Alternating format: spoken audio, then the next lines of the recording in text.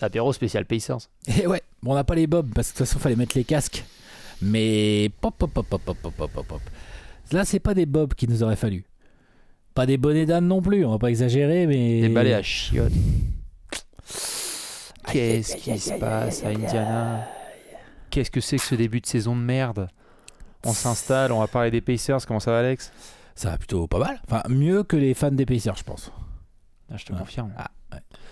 Quelle tristesse que ce début de saison, on va faire un apéro spécial Pacers. Oui, hurle certains fans d'Indiana en se disant ça y est, c'est le moment où la machine va basculer. Bah, je peux dire qu'il faut un sacré curse là pour Oh là là. wow.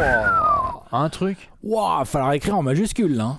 Très très chaud, tout à fait. Vous le savez, on est là pour s'occuper de pas mal de franchises NBA et de joueurs. Nous sommes en ce beau mois de Noël 2024. On espère que vous allez bien. On a parlé de top 10 all-time avec les plus belles bagues de l'histoire de l'humanité de tous les temps. On s'est régalé. Malheureusement pour les Pacers dans les années 70, même si on s'est régalé en ABA. Selon Vavan, il n'y a pas de débat. 2011. Ouais. Selon Vavan. Ouais. Pas de débat. Evan Fournier, à qui on fait la bise évidemment, il nous a dit sur Twitter que c'était le titre de 2011. On vous attend évidemment dans les commentaires de cette belle vidéo du lundi. On est là pour parler d'Indiana. Car Alex, au moment où nous parlons, nous sommes sur un magnifique bilan de 10 victoires pour 15 défaites. Voilà. Et surtout, et je te lance là-dessus, on a eu la chance de vivre une belle soirée ce samedi dernier en voyant le match entre les Cavs et les Hornets. Et on était là à Charlotte et on se disait, il n'y a pas de Lamelo, il n'y a pas Tidjane, il n'y a pas Miles Bridges, il n'y a pas Moussa Diabaté, il y avait un nombre d'absents de malades, Nick Richards et tout. Back to back, nos amis les Hornets, ça se ramène chez les Pacers. Au calme. Il n'y a personne dans l'effectif. Ils sont bien battus les Pacers. Ils sont bien battus, mais ils pouvaient rien faire contre Vassili Micic. Hein. C'est que le meilleur meneur du match, c'était Vassili Micic. Voilà. Respect pour Vassili. Ouais, mais non, merde. attends, c'est un bon joueur de basket. C'est pas, je dis pas le contraire. Hein. C'est même un très bon joueur de basket, hein, bien sûr. Oh. Non, bien sûr. Mais c'était le meilleur meneur de ce match.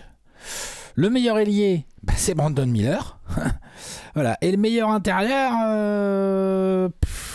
franchement, Nick Richards, il cause. Non, bah, tu rigoles, mais Nick Richards fait un match hier. Hein. Il fait un match. Hein. Bien qu'il fait son match, moi. Tout à fait. Défaite. C'est pas un apéro Hornets, malheureusement. Non, exactement. Mais défaite de nos amis les Pacers. Et peut-être la plus insupportable des défaites, puisque même Charlotte a perdu des wagons de ballon. Charlotte a tendu la joue. Normalement, les Hornets en back-to-back avec 60% de leur effectif crédible sur le banc, c'est pas possible. Je suis en train de vérifier. Oui, non, il y a quand même McConnell à la main qui a fait le taf. C'est ça. Tu me confirmes bien que Charlotte a perdu 24 ballons et qu'ils ont quand même gagné le match? Charlotte a perdu 24 ballons, tout à fait. J'avais même pas fait gaffe, dis donc. Effectivement, c'est beaucoup. Je veux dire, ils ont close out les Pacers à Indiana. Ouais. Extraordinaire. Après, il y a plein de sujets. Indiana côté Pacers, bien sûr. je me fais comme Tu ça. te craques les doigts? Ouais, parce que là, franchement, On va pouvoir s'occuper d'eux. c'est vrai que ce début de saison est, en tout cas, à titre perso, et je veux bien savoir si les gens partagent cet avis avec moi. Pour l'instant, moi, c'est la déception de ce début de saison. Ce sont les Pacers. Voilà. Je fais le tour. Voilà, je suis déçu par ce qui se passe chez mes Suns là, depuis quelques semaines. Mais Ouais, vu même qu'ils avaient Denver fait un aussi, bout de début de saison et qu'ils sont encore un peu dans le timing et tout. Il y voilà. a Philly qui est quand même dans le lot aussi, parce que Philly, il y avait des belles attentes quand même autour. Ah oui, non, Philly, clairement. Philly, c'est effectivement. méchant. Philly, c'est méchant, je suis d'accord, mais en fait, oui, Philly, c'est méchant, mais et c'est ça qui va être intéressant d'ailleurs dans cet apéro, c'est que bien évidemment qu'on va trouver des raisons d'expliquer pourquoi ce début de saison des Pacers n'est pas bon, mais ce sont des raisons qui me vénèrent. Alors qu'à Philly, je dis pas que ça m'énerve pas de les voir comme ça, mais je dis il y a des blessures, bien sûr. il y a de l'infirmerie, et donc là, je veux pas par exemple, parce que je l'ai vu un peu traîner, genre oui, Ben Shepherd, Nesmith sont pas là. Pardon ? C'est vrai. Oui, ça manque, mais... Non mais attends. Non. Oui, ça manque. C'est vrai que Ben Shepherd manque, que l'impact défensif, l'énergie, le hustle d'Aaron Nesmith manque également. Oui. Mais non, jamais de la vie, avec là les joueurs à disposition de Rick Carlisle. Rick Carlisle, je te préviens, on va parler de toi aussi dans cet apéro. Pas que de lui, mais on va parler de lui quand même. Et... donc il y a un vrai truc embêtant sur ce début de saison aux Pacers, c'est qu'on voit bien que darling un peu de la saison dernière, enfin parmi les darlings de la saison dernière, qui là ne confirme pas du tout la bonne dynamique de la saison dernière et des playoffs. C'est-à-dire que là ils nous donnent du grain à moudre à tous ceux qui disent bah mais attends, Giannis était blessé, les Knicks étaient laminés et puis bah ils se sont fait fumer par les Celtics. Ah bah là c'est cadeau. C'est cadeau. Tous les gens qui veulent hate sur les Pacers et sur Tyrese Haliburton, c'est du pain béni. Tyrese, oh là, tu peux y aller. Franchement, régalez-vous. Là aujourd'hui, chier sur les Pacers, c'est gratuit. T'es même payé pour dans certaines régions. C'est absolument atroce ce qui se passe à Indiana. Alors évidemment, on va faire tout le tour. Tu le disais là à l'instant, mettons tout de suite le côté blessure sur la... Mettons tout de suite sur la table le sujet blessure, comme ça c'est acté et on peut parler d'autres éléments.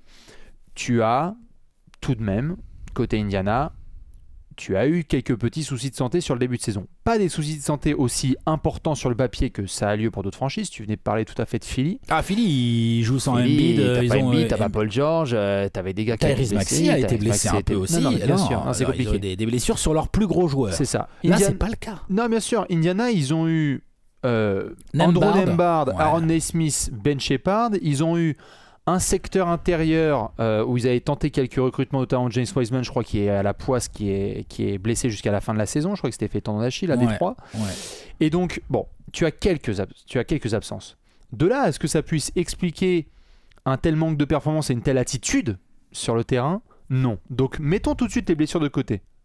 On l'a mis au moins on l'a mis sur la table, comme ça on pourra pas dire mais les gars, vous avez pas parlé d'Aaron Nesmith et tout. On a hâte d'avoir le retour d'Aaron Nesmith parce que dans le 5, prolongation de contrat à l'appui, c'est un mec que Indiana valorise énormément et normal, il est important dans le 5 majeur. Bah, disons que dans le 5 majeur, quand Nesmith n'est pas là, tu n'as pas ce gars capable qui pense moins à l'attaque et qui pense bien à la défense, qui est dans le hustle, qui est dans les 50-50 balls, qui est le premier défenseur en premier rideau sur ton gros joueur extérieur adverse. Tu ne l'as pas. Alors, la défense des Pacers n'était pas non plus très performante la saison dernière.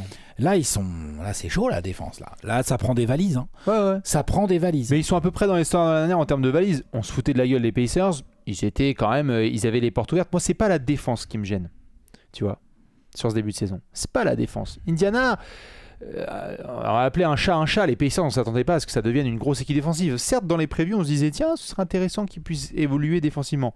Moi, ce qui est absolument atroce à regarder, c'est cette merde de jeu offensif qui est proposée depuis le début de saison. Et là, moi, je veux bien en effet qu'on parle de Tyrese Haliburton, on va s'occuper de lui. Mais je suis désolé, c'est général. Tout le monde va prendre. Les Pacers ont été sur une équipe qui galopait. Ça court, fast break points. Fast break, ils étaient podium, top 5 l'année dernière. Je sais pas ce qui s'est passé en termes d'ADN. Je sais pas ce qui s'est passé en termes de vie dans le groupe. Je sais pas comment ça se passe. Indiana ne court même plus autant. Même quand ils ont des transitions, ils les font mal. Et je ne sais pas ce qui se passe. Mais très franchement, parmi les pires contre-attaques que j'ai pu voir cette saison, les Pacers, ils sont top 10. Ils sont atroces à regarder en transition. Alors que la dernière, c'était formidable. Les mecs, ils couraient à tout bout de champ. Et ils avaient des tirs à 3 points provoqués à droite et à gauche. Ils étaient numéro 1 de la NBA en tir à 2 points. Ils fonçaient à l'arceau. Ils avaient un assez bon ratio à 3 points parce que même s'ils n'entendaient pas non plus des valises, ils en tentaient pas mal et avec un petit peu de réussite, ça pouvait aller. Il n'y a pas 5 équipes qui prennent moins de tirs à 3 points qu'il y a cette saison. Alors, effectivement, en volume de tirs à 3 points, ça va pas du tout cette année. Ils ont du mal à se les créer. Je suis d'accord, le rythme, ils n'arrivent plus à jouer avec leur même rythme. Là, c'est leur ADN carrément là dont on parle. Mais ils sont même plus d'ADN, les gars. Ouais, voilà. Même Carlisle en a parlé, pardon. Carlisle en a parlé, tout à fait. Et quand même, genre tu dis ouais, Haliburton, on va revenir et tout. On est obligé de commencer par là. Commençons par Tyrese.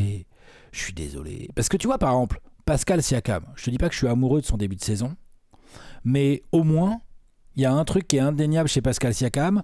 Il reste appliqué, il reste avec sa production. On a la production d'un Pascal Siakam là.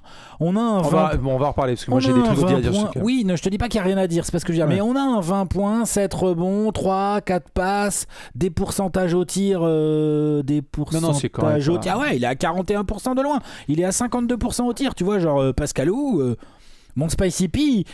Je te dis pas qu'il éclabousse le jeu de son génie et de sa classe, mais il est là et il fait des stats, en tout cas, tout à fait honnêtes. On va en reparler après de Siakam, on peut parler d'Aliburton. Mais Haliburton, là, ça part de lui. C'est-à-dire que est-ce qu'on a beaucoup trop surcoté ces Pacers, et notamment Haliburton, et qu'on a sous-estimé le fait que les équipes adverses, les ayant vu jouer toute la saison dernière, allaient les aborder de manière complètement différente. C'est-à-dire qu'aujourd'hui, on voit bien ce que fait même les Hornets. C'est tu essayes de bloquer quand même les contre-attaques, tu t'appliques sur le repli, tu vas les tabasser au rebond, parce que équipe faible au rebond. Moi, ça me dérange encore plus. Leur faiblesse au rebond me dérange plus que la faiblesse de volume à 3 points. Mais non, ce que je veux dire par là, c'est que c'est une perte totale d'ADN. Parce que il y a un sujet qui a été soulevé par certains fans des Pacers et que je trouvais hyper intéressant. Et pourtant, je déteste mettre ce sujet sur la table habituellement. Donc, on va parler en effet de Tyrese Haliburton, mais d'autres garçons. C'est que quand on a fait tous les deux le marché de l'été, on a eu plein de prolongations de contrats. Des mecs comme Aaron Nesmith qui ont repris et d'autres qui ont pris leur tarot. J'aime pas parler de finances lorsque c'est lié à la production sur le parquet, mais parfois, quand je regarde les Pacers, j'ai l'impression que certains sont arrivés l'année dernière avec le couteau entre les dents pour aller chercher notamment leur prolongation de contrat, pour se défoncer pour l'équipe, et maintenant qu'ils l'ont eu et que tout est garanti, ça traînasse des pieds. Franchement, ça donne cette sensation-là certains soirs. Je te jure. Genre qui ? Genre, il y a des garçons, déjà, en termes de décisions qui sont prises. Andrew Nembhard, le pauvre, il a été blessé parfois, donc c'est compliqué de tout mettre sur un seul joueur, mais il y a des garçons que je vois sur le terrain, ils prennent des décisions maintenant qui ne sont plus du tout en lien avec la saison dernière. Tu parlais de Siakam.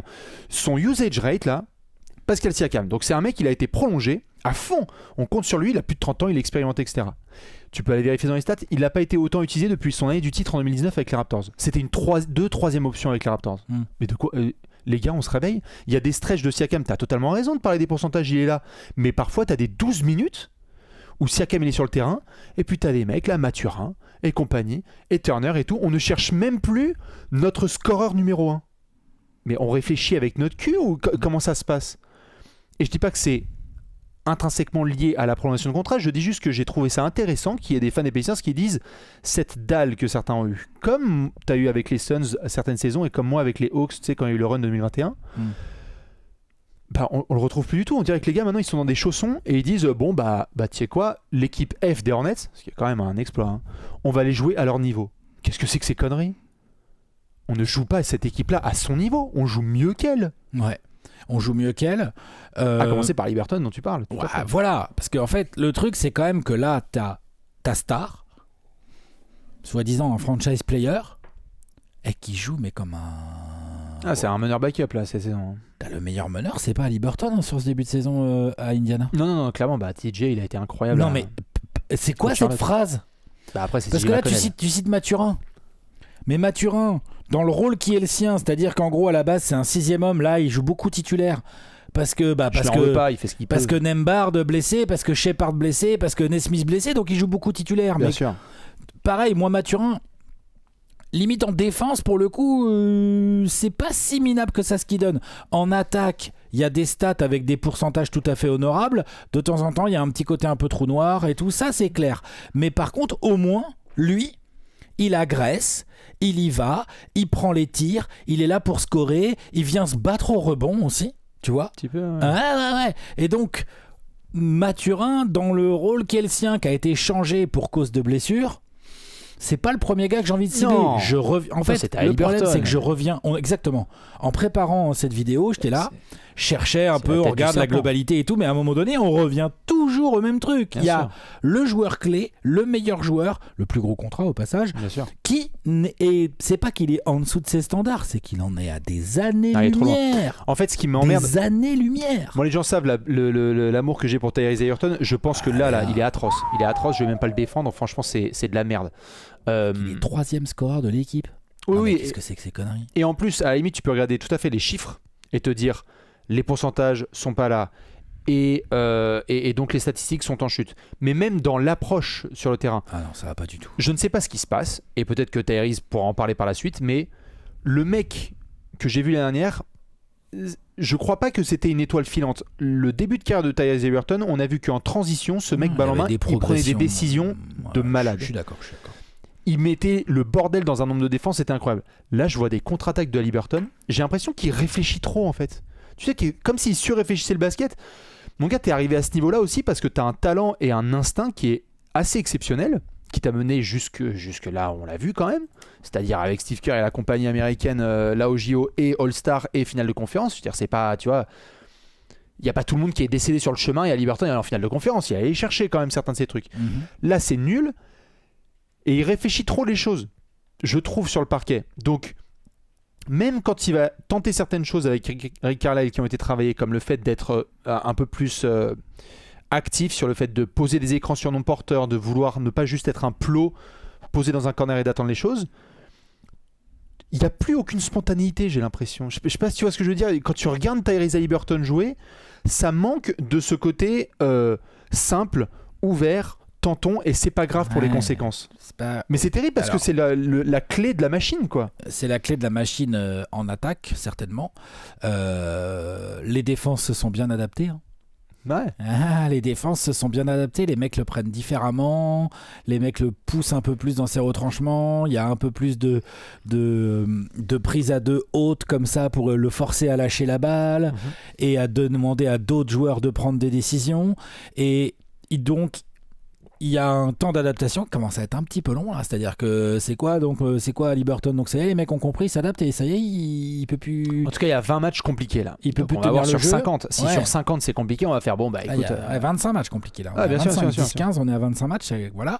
Et l'autre truc moi qui me dérange, c'est que c'est pas la première fois qu'on voit un leader, une star / superstar, si tant est qu'Haliburton soit considéré comme tel, qui est en difficulté, qui est mieux défendu, qui est ciblé en défense, parce que du coup on l'oblige à bosser et tout. C'est pas la première fois que ça arrive. Là, j'aime pas du tout la manière dont ça répond.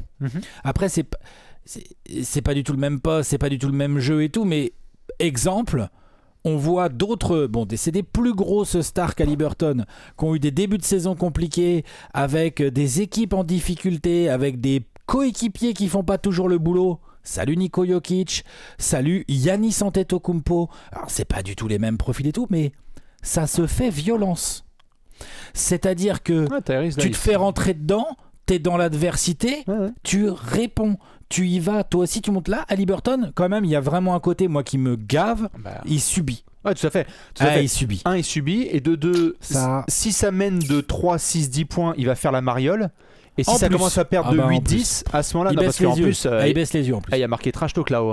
Donc, honnêtement, si tu commences à faire le mariole quand il y a plus 12, et par contre à être aux abonnés absents lorsqu'il y a des complications, c'est sûr. Il voulait ce titre-là, notamment de franchise player, et d'être le cœur et les poumons de cette franchise. Il faut accepter aussi les responsabilités lorsque ça ne va pas. Et là, Haliburton, il chie dans la colle, ça ne va pas du tout. Donc, le concernant, moi, à titre perso, je reste dans le bateau. Je pense que c'est un joueur exceptionnel qui va pouvoir retrouver les choses. Mais ce qui me fait chier là chez ces Pacers, c'est que je ne comprends pas comment des choses aussi évidentes, du premier au dernier homme, deviennent aussi compliquées. Le pick and roll Tyrese Haliburton, Pascal Siakam, et même les post-up de Pascal Siakam l'année dernière, ça faisait partie des armes les plus reloues de toute la NBA. Mais allez-y, comptez-les maintenant par semaine. Le nombre de situations qu'il y a comme ça. Ils ne jouent même plus sur leur force principale. Tu as des ISO, Mathurin, et on n'en veut pas à Mathurin, il va les tester. Tu as des situations de post-up de Miles Turner. Non, qu'est-ce qui se passe ? Je suis d'accord, mais... Donc tu sors de ton ADN. Ça revient à la tête du serpent. Bien sûr. Désolé, mais... Ah mais non, il n'y a pas de désolé, il faut lui rentrer dedans. Quand Haliburton commencera à se faire violence dans l'adversité, tout le groupe va suivre. Tu peux pas... Pour moi, franchement, évidemment, on va attendre un peu et tout, mais je commence déjà dans ma tête à le ranger doucement dans la case smooth mais soft. J'entends. Je commence déjà. Tu vois, commence déjà, après, je suis prêt à changer d'avis à tout moment, mais il rentre déjà dans cette case-là, smooth, beau à voir, mais soft, et dans l'adversité, va se faire manger, parfois par des joueurs moins forts que lui, juste il va se faire manger parce que il ne répond pas, c'est-à-dire que Haliburton en attaque, ils sont en galère, que mentalement et tout, ce soit compliqué, il se fait rentrer dedans, les défenses sont... Ok. Donne-toi de l'autre côté du terrain, montre l'exemple, joue plus vite, force, va chercher des lancers. va chercher. On a fait un apéro sur le Magic, le début de saison du Magic et tout. Tu te rappelles, on a parlé. Alors, c'est pas le même physique. C'est pas le même physique évidemment, mais un mec comme Paolo Banchero. Évidemment que c'est pas le même physique, mais quand ça rentre pas au tir, tu sais, on était là genre, il trouve toujours un moyen. Il trouve un moyen. Trouve un moyen, Liberton. À Liberton, faut qu'il trouve un moyen parce que là, pour le moment, sur la contribution, c'est compliqué. En plus, c'est très montagne russe, c'est-à-dire que tu as des moments des Pacers comme typique la première défaite de Boston cette saison. C'est Indiana qui la donne. C'est un match des Pacers type classique, c'est-à-dire les mecs, ils arrivent et ils décident de jouer leur meilleur match face à un gros client de la conférence Est, quand même les Celtics. Et ils font le match qu'il faut. Mais si toute une équipe joue au niveau de l'adversaire ou à la flemme, ça passe en effet par la tête du serpent. Et c'est là où, doucement, je suis obligé aussi de le mettre dans la boîte, parce qu'on l'a mentionné qu'une fois au tout début de la vidéo, c'est Rick Carlisle. C'est que l'idée, c'est de ne pas faire forcément c'est de la faute d'un tel et d'un tel, mais pour moi, c'est l'ensemble des Pacers qui sont en galère là. Et c'est la merde. Et il faut rendre les fleurs lorsqu'il y a les leaders qui font le travail, et il faut aussi pointer du doigt quand c'est la merde. Rick Carlisle, là, oui. Où est la critique ? Vas-y, hein. J'en ai la tienne. La critique, c'est que justement, quand tu fais des parallèles avec des franchises comme Orlando, par exemple, ou quand tu me parles de Jokic, exemple à Denver, combien de fois on a vu Mike Malone être capable de dire « Non mais attends, qu'est-ce que c'est que ces conneries, les mecs autour ? On se réveille, allô, Michael Porter Jr., allô, Aaron Gordon ?» Il y a des mecs qui se prenaient des fusées en conférence de presse parce que Mike Malone n'était pas content. Rick Carlisle, j'ai sorti les termes cardio pour certains joueurs, mais là, le début de saison, là, j'ai vu des situations... match à Memphis, là, dimanche, tu sais, il y a quelques jours, là. Indiana, super première mi-temps. Et puis à un moment, là, ça joue n'importe comment. Les prises de temps mort, les rotations. C'est à toi de jouer, non ? Qui a une clope. Attends, sur le temps de jeu, on avait dit quoi ? Il y avait 17 minutes, on avait dit pour Obi Toppin. Attends, il en manque 5 là pour Miles Turner. Mais regarde ce qui se passe sur le terrain. La prise de conscience du groupe doit passer aussi par le coach. Elle doit passer par Haliburton et par Carlisle. Mais tu as vu comme moi la fin de match face aux Hornets. Tranquille, bien, propre. On va laisser Brandon Miller, puisque autour il est vachement bien entouré. Brandon Miller avec des mecs des randoms qu'on ne connaissait pas samedi soir, et même les fans des Hornets ne connaissaient pas. Au passage, samedi soir, on a vu les Cavs commencer à se faire un peu remonter par les Hornets. Il y a eu un moment, les Cavs ils font un début de saison malin, mais pourquoi aussi les Cavs font ce début de saison ? Parce qu'il y a eu un moment, Donovan Mitchell et Evan Mobley ont fait c'est bon, ça suffit là. Tout à fait, bien sûr. Et est-ce que c'était eux ? Et est-ce que c'était aussi Kenneth Atkinson ? Bien sûr. Est-ce que c'est 2 et 3 ? Mais ce qui m'emmerde, c'est que ce soit le match à Memphis ou que ce soit le match face aux Hornets, mais je veux juste pas que ce soit forcément tout le joueur ou tout le coach, parce que parfois on s'est foutu de la gueule de Doc Rivers, parfois on s'est foutu de la gueule d'un franchise player, parfois c'était d'autres garçons, mais Haliburton et Rick Carlisle et même Siakam qui en effet fait des statistiques correctes, mais ça veut dire quoi Siakam ? C'est-à-dire que là il a pris une extension max et que du coup il suffit d'être à 20 points et puis d'être présent tous les matchs 32 minutes et puis c'est tout, ça va ? Mais c'est pas ça Siakam, mon gars. Ça c'est le problème aussi des contrats max, qu'il y a trop de gens avec des contrats max. Oui, mais ce que je veux dire par là, c'est que Siakam, quand on a dit il va être prolongé, c'est formidable pour Indiana parce qu'il y a une bague. C'est-à-dire quoi Siakam, que ça se passait comme ça dans le vestiaire des Raptors ? Mais mon gars, tape du poing sur la table. C'est combien de franchises là qu'on est en train de voir où du coup ça se passe mal et il y a quelqu'un qui dit stop, qu'est-ce que c'est que ces conneries ? Moi je pense que le problème il est là. Je pense qu'on les a surcotés. Peut-être. Je pense qu'on en attend trop. Je pense que dans l'adversité, cette équipe elle a du mal à réagir. Et je pense que là aujourd'hui ils sont 9e en 10 victoires 15 défaites. Je dis pas que c'est leur place, hein. Mais je pense que la place peut-être où on les voyait, le bilan peut-être auquel on les voyait, était un bilan surestimé. Je sais plus, je vais voir, attends. 45 victoires ou 46, c'était un peu... ça va pas être facile. Pardon. Ça va pas être facile à atteindre, hein. Je pense qu'au niveau du juge, au niveau du juge, lors des previews 2025, va y avoir un petit sujet. Pronostic, 30 previews. Attends, je regarde là. Regarde, combien toi ? Bastien, moi je les ai... Les Pacers, je les ai 6e à 47 wins.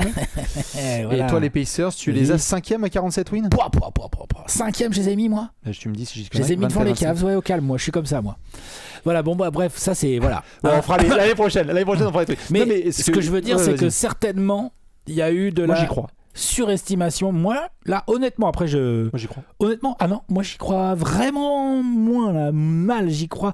Je pense que on voit des défauts de groupe, de leadership, peut-être de coaching également, qui vont être compliqués à combler. C'est-à-dire qu'il y a moyen de faire mieux, hein. J'espère bien qu'Indiana va faire mieux, parce que disons s'ils font pas mieux, c'est quoi le projet? Là il faut voir le classement. Donc 9e, t'es à égalité avec les Bulls, t'as les Nets et les Hawks devant toi, pardon. qu'est-ce que c'est que ce bazar? C'est quoi la prochaine étape? C'est Sixers qui remontent et les Pistons qui se donnent un peu? T'es même plus dans le play-in? C'est quoi l'histoire? Non, ça va pas du tout. Et je veux dire, les équipes de devant, Cavs, Celtics, c'est intouchable. Le Magic, les Knicks, franchement, je vois pas du tout Indiana venir lutter dans cette cour cette année. Après, la saison est encore longue, mais là, tu vois, après 25 matchs, après 25 matchs. Et le Heat et les Bucks, qui sont des équipes qui sont loin d'être flamboyantes sur ce début de saison, ont quand même un lit et une base de winning attitude qui me paraît nettement au-dessus de ce que nous proposent là les Pacers. J'entends. Moi, j'avoue que je reste confiant parce qu'ils ont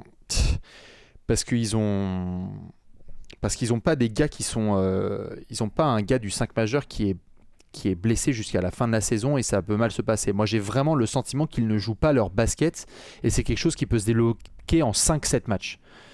Vraiment. Je ne peux pas croire une seule seconde que cette équipe puisse, pendant 82 matchs, jouer mi-tempo. Ça, je ne peux pas y croire et si c'est le cas, on sera dans une des équipes, et alors là, Alex, je te l'acte, on sera sur l'une des équipes les plus énigmatiques de l'histoire récente d'une saison à l'autre. Ils jouent pas mi-tempo, hein. Ils jouent quand même relativement vite. Mais en tout cas, moins que par le passé. Oui, parce qu'ils se font quand même beaucoup plus couper leur jeu de transition. Tu sens qu'il y a des consignes adverses là-dessus. Oui, bien sûr. Et moi, je trouve que pour moi, vraiment, la grosse différence, c'est que tu en as parlé, hein, c'est la gestion. Et là, ça vient aussi sur Rick Carlisle et sur Haliburton. C'est la gestion du demi-terrain. C'est-à-dire que oui, tu peux jouer vite et tout, mais sur panier encaissé, machin et tout, en plus ils sont pas très forts au rebond, donc tu dois gérer du demi-terrain. Et là, je trouve que sur demi-terrain, il y a beaucoup trop de choses forcées. Ça manque de systèmes simples, où quand il y a des systèmes simples, il y a des exécutions qui laissent vraiment à désirer. T'as parlé de Siakam, Mathurin, parfois il y a trop de hier, et Haliburton, pardon, mais enfin... tu l'as dit, il n'y a plus l'instinct, il n'y a plus l'étincelle, donc ça réfléchit trop, donc peut-être qu'il peut retrouver ça, mais il va quand même rester un sujet, il se fait rentrer dedans et il n'arrive pas à répondre.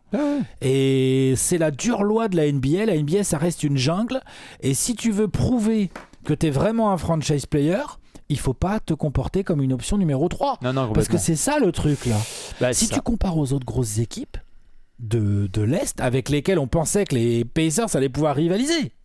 En fait, on pensait. Bah oui, tout à fait. En fait, ils avaient une marge l'année dernière qui était intéressante parce que certains du coup chutaient plus que prévu, type le Heat, type justement les Hawks, type les Nets, on s'en battait les couilles. Il y a des équipes qui ont sous-performé. L'année dernière, c'était comme ça, donc Indiana avait réussi à se faufiler, c'était la darling avec Orlando et moi je croyais à leur saison. Je crois pas que c'était la deuxième meilleure équipe de l'Est finaliste de conférence, tu vois, mais je trouve que c'était une équipe élite, 5, 6e, je sais plus combien ils ont été, 6e je crois l'année dernière. Ouais, et je crois que c'est leur range. Je pense qu'ils vont finir peut-être dans ce range-là, 6, 7, 8. Oui, ils en sont pas loin. Hein. Tout à fait. Je pensais pas qu'il y aurait ce changement d'ADN, je pense juste que ça me rappelle tellement... la question de la mort qu'on a posée sur les Pacers, et deux, ce que moi j'avais vécu à Atlanta en sortie de finale de conf. Et que toi t'as connu aussi avec Phoenix lorsqu'il y a eu une belle percée. C'est quand t'es inattendu et que tu fais cette percée-là, c'est formidable parce que tu surprends tout le monde, c'est trop bien, et puis on se dit waouh, il t'en reste encore un petit peu. Là, c'est pas... Oui, vas-y, je te laisse finir. Là, en tout cas sur le début de saison, ce qui me frustre aussi, c'est que la marge des Pacers est très faible. L'année dernière, on a eu des matchs... Elle est négative, la marge. Hein. Ah mais tout à fait. L'année dernière, t'avais des matchs... Tu sais, quand tu te prenais un run des Pacers, là, plus 20, plus 18, plus 36, les mecs, ils te mettaient des trucs... Je n'ai pas le souvenir d'un seul match. Ils jouaient plus dur. Hein. Bien sûr. Et plus rapide, et plus en confiance, et sans problème. Dur, et puis sans être une grosse défense, ça se donnait. Quoi. Et puis la vie, c'est YOLO. Si Obi Toppin il prend 4 tirs à 3 points, on va essayer, mais c'est pas grave. On va au moins être agressif et tenter des choses. Là, je n'ai aucun match des Pacers cette saison, j'ai été vérifié, sur lequel tu as le sentiment qu'ils ont véritablement tabassé leur adversaire. Aucun. Sur leur victoire, je crois, sur leurs 10, il y en a 6 qui sont dans le clutch. Puisque ça a été... Il y a celle chez New York, chez les Knicks ou contre les Knicks, je sais plus laquelle des deux. Tout en haut à Détroit, déjà t'es au finish, puisque c'est Mathurin qui les termine. Non, mais celle contre New York, elle est belle. C'est peut-être pas un blowout, mais elle est tout à fait. Elle est où ? Elle est là, tiens, tu la vois là ? Tout à fait, 132-121. Ouais. Ça, elle est bien Pacers. Ça, c'est bien Pacers, tout avec à fait. le gros Mathurin là. Tout à fait. T'as à Détroit où c'était dans le Money Time. T'as contre Boston où c'était dans le Money Time. À Dallas où c'était dans le Money Time. Contre Orlando où c'était dans le Money Time. Miami aussi. Ils ont pas cette marge. Je trouve. Non, ils ont zéro marge. Ils ont zéro marge. Et je pense que tu peux récupérer cette marge en réinjectant. J'ai aucune idée du chemin.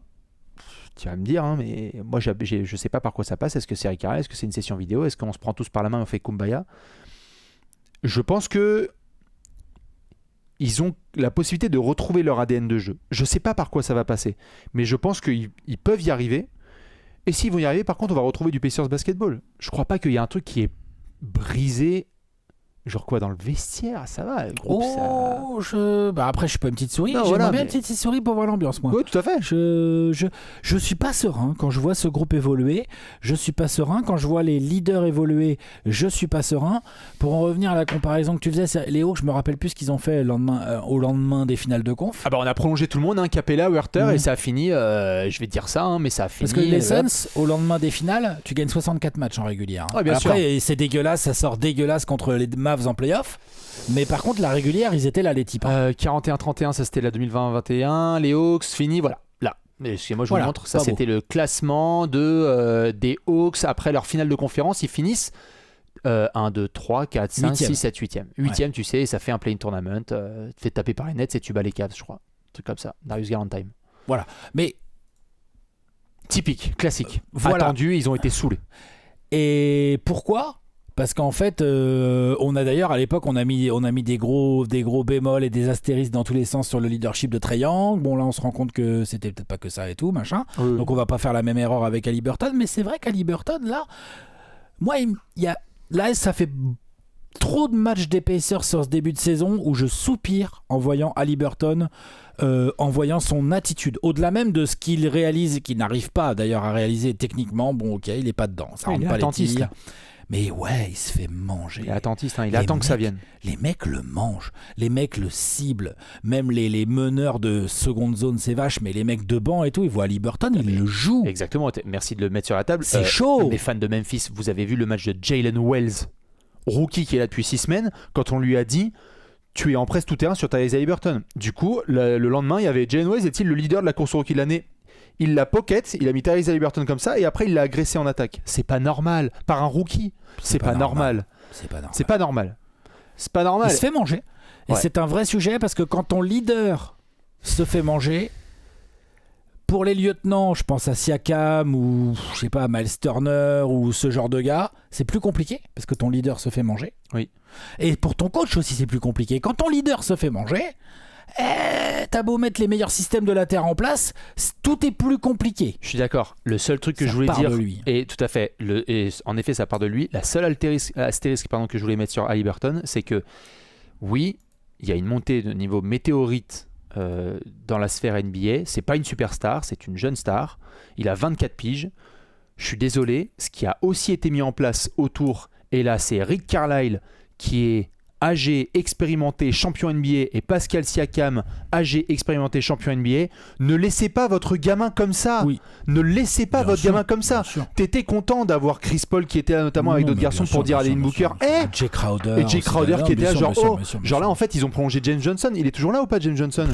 Ça fait quoi du coup? Genre James Johnson pareil. Maintenant James Johnson il va attendre que les mecs rentrent dans la gueule de ses coéquipiers. Venez en aide aussi à Tyrese. Tyrese fait de la merde, doit progresser, mais venez lui en aide aussi. Parce que du coup, j'ai l'impression qu'on dit oh bah du coup si Tyrese Haliburton va, tout va. Je suis pas d'accord. Hein.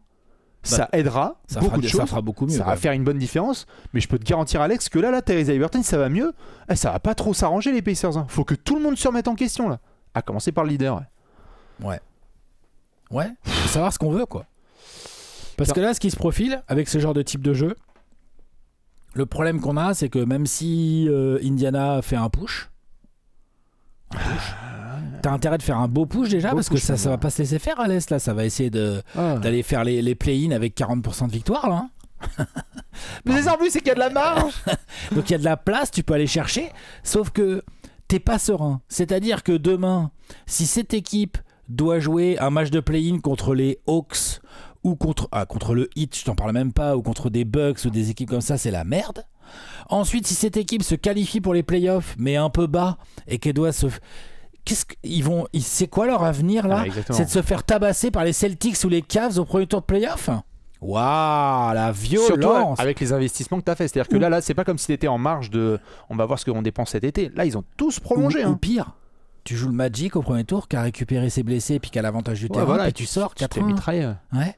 Oh, l'enfer. Donc c'est ça qui est embêtant, c'est qu'au bout de 25 matchs de régulière, alors encore une fois il y a du temps, mais au bout de 25 matchs de régulière, t'es en sandwich entre les Nets et les Bulls. T'es en sandwich entre les Nets et les Bulls. Regarde les Pistons 11e. Les Pistons 11e ont le même bilan que les Pacers. Ils ont le même bilan. On est sur du tiebreaker. C'est-à-dire que là, si tu vois, ils sont à combien? Ils sont à 4 victoires sur les 10 derniers matchs. Donc ils sont dans le même rythme que les Bulls, plus ou moins. Ils sont dans un moins bon rythme que les Hawks. Ils sont dans un moins bon rythme que les Nets. Ils sont dans un beaucoup moins bon rythme que les Bucks qui enchaînent pas mal de victoires. Donc, en gros, ça pue. Ça peut aller très vite. Halliburton n'est pas du tout parti pour entretenir sa place de All-Star. Non. Genre lol. Mais encore heureux. Et d'ailleurs, j'aimerais bien, comme ça va les réveiller un peu. Genre, L'année dernière, on se rappelle, il est revenu un peu vite pour être All-Star et tout. Bon, voilà. Donc, il y a beaucoup. En fait, ce qui est embêtant, c'est que pour une équipe qui avait une dynamique qui pouvait sembler incroyable, en fait, en l'espace de un quart de saison régulière, t'as l'impression que la dynamique, elle a fait complètement pchit et c'est pour ça que tout est un peu à reconstruire. Et c'est pour ça que je mettrais juste le. Faisons le point au bout de 25 matchs. Oui, voilà, c'est ça, j'ai l'impression. Cette équipe peut, et moi j'avoue, je suis peut-être un peu plus optimiste que toi, je pense que cette équipe peut vraiment... Refaisons le point dans 25 matchs, c'est ça que tu as voulu dire? À 50 matchs, quoi. Ouais. All-Star Game, quoi. Je pense qu'on serait à mi-saison et on serait vraiment avec des Pacers 10e de l'Est avec le même bilan en sandwich entre les Nets et les Bulls, je dirais mais là, t'as vu le calendrier des Pacers, c'est que la mi-saison, elle va vite arriver, et attention. Ouais, bien sûr. Mais là, du coup, t'as pas le choix. Moi, le calendrier, il m'a fait bader. Ouais, bah t'as pas le choix. J'imagine que t'as fait comme moi. Voilà, il est là, il est à l'écran. T'as pas le choix. Tu reviens de ton road trip là, de merde. Où heureusement, t'as été gagné à Chicago. Mais ensuite, nos amis les Pacers. Bon, tu vas aller à Philadelphie. Ça va mieux à Philly, un peu mieux. Et ça va beaucoup mieux à Philly. Ils ont remporté 4 de leurs 5 derniers matchs. Ils ont un gros problème pour les Pacers qui s'appelle Joel Embiid en plus. Ouais, qui revient doucement. Et Paul George, tout ça, on connaît l'historique. Même Tyrese Maxey. C'est quoi Tyrese Maxey? Donc du coup, il va se faire une promenade de santé sur les Pacers alors? Bah oui, il leur a mis 45 points ça au début de saison. C'était 45 points qu'il a mis. C'est contre les Pacers que les Sixers ont pris leur première win. Bah. Non, mais c'est pour ça que j'en parle. Ensuite, tu affrontes les Pels. Bon. Les Pels, ça va mieux. Ça va mieux. Ça va vraiment mieux. Ça va mieux. Ensuite, tu vas être en déplacement. Et là, prépare-toi. La triplette à l'ouest là. Tu vas à Phoenix et après la triplette à l'est. Phoenix, Sacramento, Golden State. Tu rentres pour affronter OKC et tu termines l'année 2024 avec 2 déplacements à Boston, affronter les Bucks puis le Heat. Et regarde le démarrage, regarde jusqu'à la mi-janvier. Regarde, c'est chaud. T'as 2 fois Cleveland, t'as Golden State. Non, mais ils ont pas le choix. Moi, je pense que ça pue et que s'ils se réveillent pas, mais fort, à la mi-saison. Genre, s'ils sont encore 9e, ça sera presque bien, quoi. Ça peut vraiment partir en vrille, cette affaire. Alors, à ce moment-là, on va avoir une réponse très très rapide, même si ça peut en choquer certains, parce que ça va très très vite en NBA. À l'heure actuelle, c'est une blagounette des réseaux sociaux. Mais certains managers de NBA, ça se confirme, renifle juste ce qui se passe autour de la carcasse des Pacers, parce que si la carcasse elle sent la même odeur à la mi-janvier, il y a un truc qui s'appelle la trade deadline et il y en a qui vont être présents beaucoup plus que ce qu'on aurait pu imaginer. T'imagines ? Et ça, les Pacers, c'était impossible à prononcer en fait il y a quelques semaines. Oui, vous pouviez dire, comme j'ai vu certains le dire, qu'ils ont surperformé l'année dernière, pas de problème. De là à parler de Pacers qui seraient actifs à la trade deadline, j'ai du mal à y croire. Ils ont un calendrier très très chaud, ils n'ont pas le choix, ils vont devoir être bons, forts. Moi, le seul truc positif que je peux voir, c'est que ces Pacers, tristement, ils jouent à la hauteur de leurs adversaires. Donc, apparemment, si ça affronte des gros, peut-être qu'ils vont jouer comme des gros. J'espère. Sinon, là, ce qui est embêtant dans le calendrier, c'est l'enchaînement des efforts qu'il va falloir faire. Pas le choix. Et s'ils n'arrivent pas à tenir ça de façon, très très bien. On fera Monsieur le Juge l'année prochaine, on dira équipe nulle. Voilà. Bravo pour la percée en finale de conf, mais en fait, vous étiez comme les gens le pensaient. Parce que là, Philadelphie, Pels, Suns, Kings, Warriors, Thunder, Boston 2 fois et Milwaukee. Ça fait donc 1, 2, 3, 4, 5, 6, 7, 8, 9 matchs pour finir l'année. En fait, je vais même te résumer... S'ils en gagnent la moitié, c'est super déjà. Ouais, je vais même te résumer ça, si je dis pas de bêtises, en une phrase. Violence. Je crois que Philly et New Orleans, jusqu'à début janvier, ce sont les seuls adversaires qui ont un bilan moins bon que eux. Et voilà, et en plus, Phoenix Philly est plutôt sur une pente un peu meilleure. Mais tu vois... Phoenix, Sacramento, Golden State, OKC, Boston, Milwaukee, Miami, c'est devant eux. Phoenix aussi. Brooklyn, t'es en tête à tête. Chicago, Golden State, Cleveland. Non, t'as pas le choix. T'as pas le choix. Attention, parce qu'ils n'arrivent pas à Paris. À Paris, ils vont arriver avec quel bilan? Les Spurs, ils vont avoir un bien meilleur bilan que les Pacers à Paris, c'est ça l'histoire? Quand ils vont devoir changer les visuels, t'enlèves Tyrese Haliburton, tu mets Andrew Nembhard. Bon, les fans des Pacers, dites-nous ce que vous en pensez, surtout de ce début de saison là, catastrophique, de Tyrese, de Rick Carlisle, de Siakam, de toute la clique. Là, on pourrait parler des heures et des heures de nos amis les Pacers. On se réveille. Si tu bougeais, si tu faisais tu fais pas de trade là? Non. Zéro trade. Okay. Non. Je donne 1 an à cette équipe et je veux voir ensuite. Faisons un état des lieux, mais quand cette équipe a joué 80 matchs, pas 25. Ils ont leur pick de draft ou pas? Ah ouais, t'es taquin. Je demande, on sait jamais. Je sais pas, ils en. Si tu vas pas en playoff. Putain, mais là t'es sur un début de saison où attention. C'est vrai. T'es sur un début de saison où il faut faire attention à des dégringolades merdiques. Vraiment, faut faire gaffe. Donc là, on va voir retour de. Non, Shepard. Non, attends. C'est Nembhard qui est revenu et c'est Shepard et Nesmith qui vont revenir, c'est ça? Je sais plus dans quel ordre. Nembhard est revenu, ça c'est sûr. C'est ça. Et t'as Aaron Nesmith qui est attendu comme le Messi absolu. Ouais, mais c'est ça le problème aussi. Indiana 2025, ils ont leur propre. C'est bon. Ah ouais, non, Nesmith et Shepard, il y en a encore pour 10 jours là. Ouais, mais 2025, ils ont leur pic. Hein. Ok, tant mieux pour eux. Ouais, faut pas. Tant mieux pour eux. Hein, c'est une information qui est bienvenue. C'est chaud. Bon, il y a quoi vers la 10e place là Je sais pas. Doucement. Nolan Traoré en backup. Pas. Non, vraiment. Très chaud. En tout cas, moi, c'est la déception de ce début de saison, même devant Philly en fait, parce que je pense que Philly est déjà sur une pente qui me confère un peu plus d'optimisme, même si le bilan pour l'instant est moins bon que les Pacers. Non mais en une semaine ils ont montré plus que les Pacers en 6. Puis surtout ils ont un truc où on se dit, là les Pacers, moi ce qui m'embête c'est, alors, la défaite d'hier est vraiment symptomatique, mais genre là quand je regarde un match des Pacers, quel que soit l'adversaire, je suis en train de me dire, ça se trouve on va se faire fumer en fait. Et puis je me fais chier la dernière, je cliquais sur les Pacers tout le temps, là c'est nul. Et c'est sur ces merveilleuses paroles qu'on vous laisse, fans des Pacers. Dites-nous ce que vous pensez de tout ça, évidemment. Et on se retrouve pour d'autres petits apéros. On se réveille, les Pacers. À la prochaine. Ciao. Des bisous. Ciao.